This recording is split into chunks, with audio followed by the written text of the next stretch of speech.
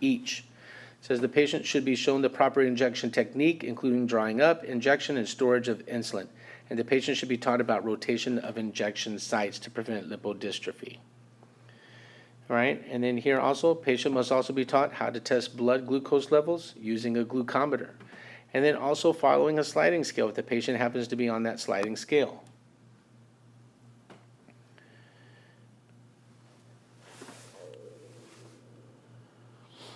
It says, let's go back a little bit here.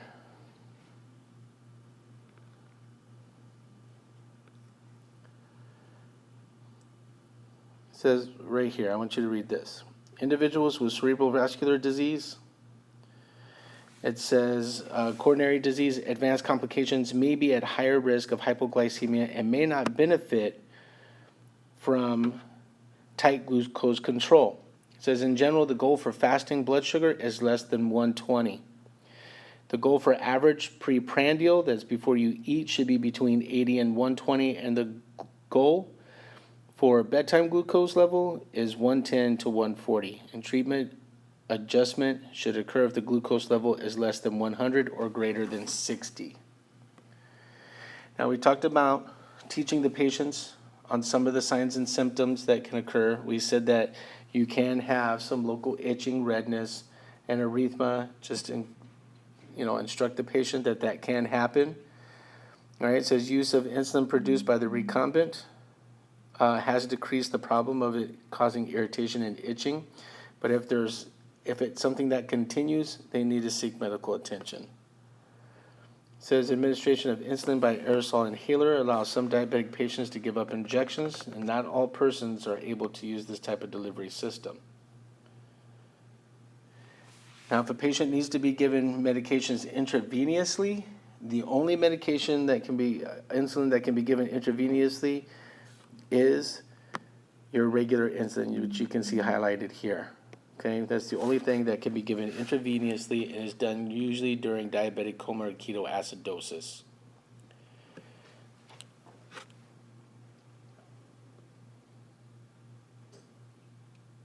And here it tells you that individuals presenting with ketones in the blood is usually started on insulin. The goal of therapy is to maintain blood glucose levels as follows. Fasting, 90 to 110, 1 hour after postprandial.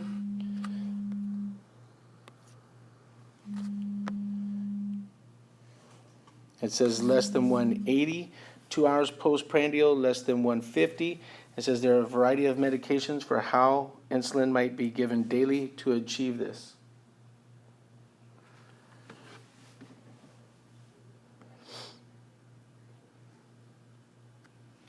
So if you look here, it says basal insulin therapy in combination with oral. It says start with Lantus or Levemir insulin 10 units at bedtime and increase doses by 2 to 4 units every 3 to 5 days until you achieve your fasting glucose levels. Premixed insulin, start with 70-30 at supper time. And it says, and then increase by 10 to 20% every 3 to 5 days until you achieve your goals. And then NPH, regular insulin, before breakfast and before dinner. It says 0.5 to 1 unit per kilogram of the patient's weight. And it says divide each morning and dinner dose so that 2/3 of the dose is NPH and 1/3 is regular. So highlighted here, it says insulin vial may be stored outside of the refrigerator for 1 month, provided it does not get extremely hot or cold. Okay, if you do have extra insulin, you can keep it in the fridge, and it should be warmed to room temperature before use.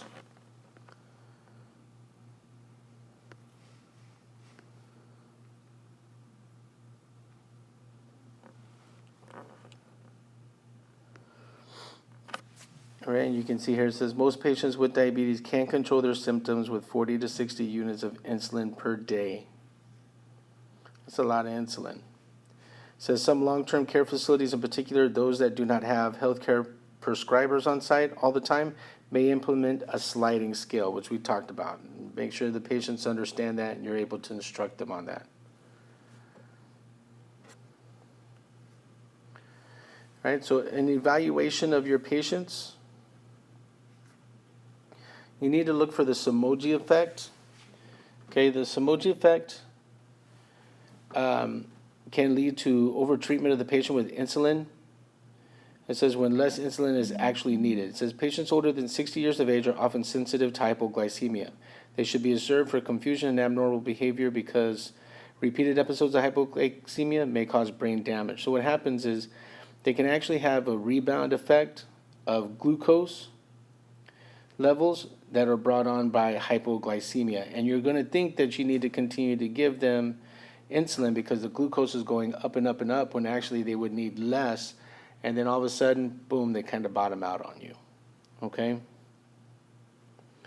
So patient and family teachings. All right?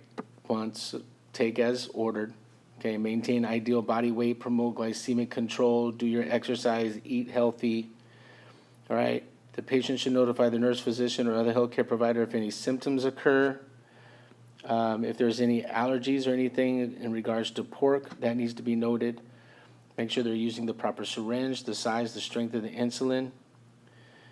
Make sure they know how to use their blood glucose level, how to understand the readings on the glucose level. And it says insulin requirements increase when the patient is under stress or becomes ill, especially with an infection. The patient must faithfully test their urine and blood when ill and must stop taking insulin.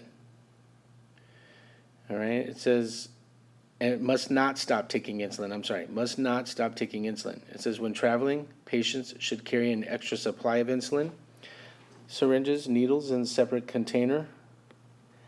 And it says patients should be alert for hypoglycemia when driving, operating machinery, or engaging in activity that requires alertness. All right, let's go on to oral hypoglycemics. All right, so action. It says stimulate insulin, release from pancreatic beta cells, and decrease insulin resistance. All right, so it says that these products also increase the peripheral use of insulin and influence other fat and carbohydrate processes. Its uses, it can be used as a monotherapy or it can be in a combination therapy. Okay, and it says that there's actually 6 classes of medications. We have our sulfonylureas, you can see here. That's the first available class of oral agents. Okay, lowers serum glucose levels by increasing the beta insulin production and to lesser extent by decreasing insulin resistance. All right. And then we have our binguanides here. It's the second class. It says the only drug in the United States that is still available, the only class that is still available in the United States is metformin. This is the only medication. It says this class of medication lowers glucose levels by decreasing glucose production in the liver, decreasing insulin resistance, and slowing the absorption of glucose from the intestines. And it says, as a monotherapy, metformin generally does not cause hypoglycemia. All right, then we have our alpha glucosidase inhibitors. And then make sure you guys read over table 18.3. We're going to highlight this as well. You guys make sure you read over that, okay? It says they lower glucose by slowing the breakdown of polysaccharides into simple sugars. As monotherapy, they cannot cause hypoglycemia.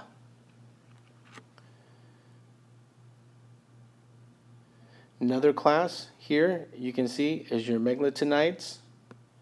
All right, the drugs repaglindinide. It says, although chemically unrelated to sulfonylureas, work by stimulating the release of insulin from the beta cells. And used as a monotherapy or in combination with metformin, their use can result in hypoglycemia. Okay? And then you have your thiazolidine class of drugs. It says these agents increase the body's response to insulin without increasing insulin activity. This is like your Avandia and your Actos. And they have been associated with some cardiovascular effects. Okay?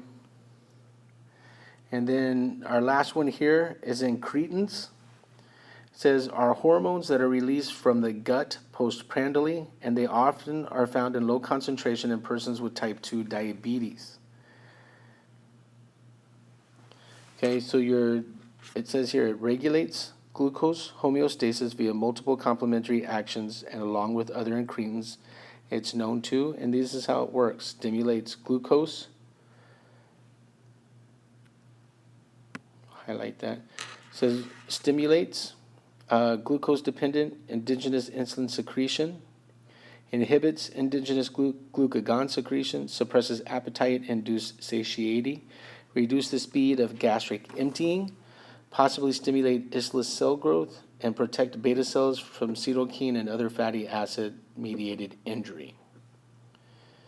And it also says here that it is the first drug that has been shown to restore first phase insulin secretion, which is missing in persons with type 2 diabetes. It is given as an injection before the morning and evening meals.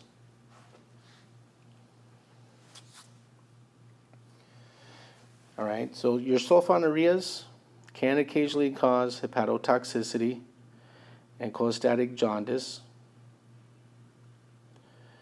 Okay, it says can also make your urine dark and light-colored stools as well. All right, it says here lactic acidosis may occur with metformin.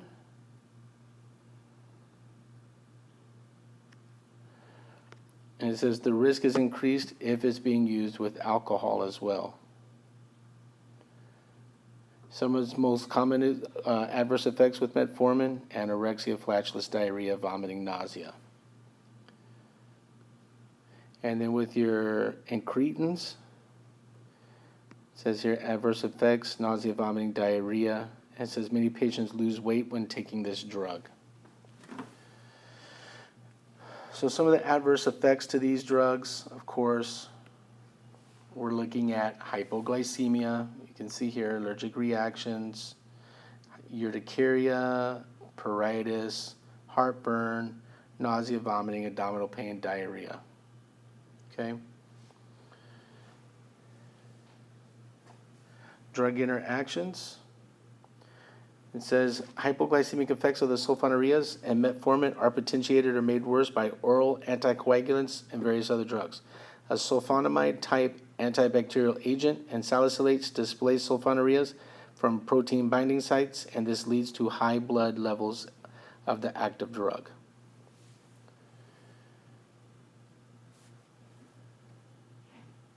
And thiazides oppose the secretion of insulin from beta cells and decrease the effectiveness of the sulfonylureas.